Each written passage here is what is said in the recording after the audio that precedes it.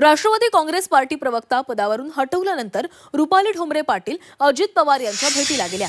रुपाली ठोंबरे पाटील अजित पवार यांची भेट घेणार आहेत। 2 दिवसांपूर्वी रुपाली पाटील यांची पक्ष प्रवक्ते पदावरून हकालपट्टी करण्यात आली होती। पक्ष कार्यालयात अजितदादा आले नसल्याने रुपाली पाटील बाहेर पडलेल्या आहेत।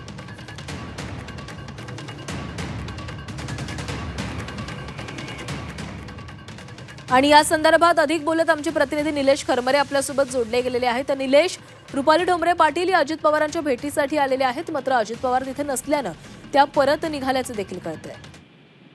खरं तर या ठिकाणी आता राज्याचे उपमुख्यमंत्री अजित पवार पक्ष कार्यालयात दाखल झालेले आहेत, मात्र त्यापूर्वी प्रवक्ते जे आहेत त्यांचे रुपाली ठोंबरे ते या ठिकाणी आले होते, मात्र अजितदादा नसल्यामुळे ते पुन्हा फिरले होते।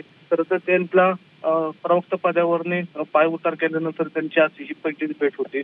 पण आता ही भेट होतीये का नाही हे पाहणं महत्वाचं असणार आहे, कारण ज्या प्रकारे रुपाली ठोंबरे यांनी रुपाली चाकणवर टीका केली त्या अनुषंगाने त्यांच्यावर कारवाई करण्यात आली होती।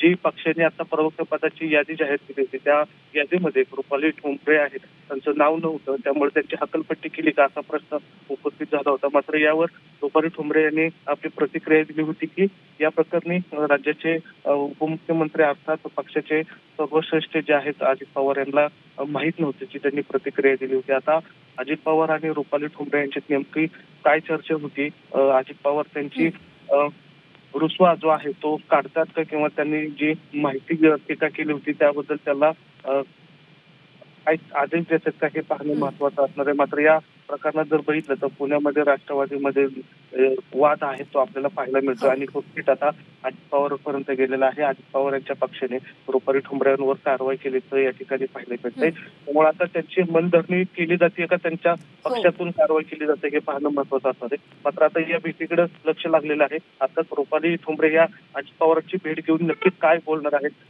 हे पण महत्वाचं असणार आहे। नक्कीच निलेश, रुपाली ठोंबरे पाटलांची भेट नेमकी कधी होते याकडे लक्ष असेल। धन्यवाद दिलेल्या माहितीसाठी।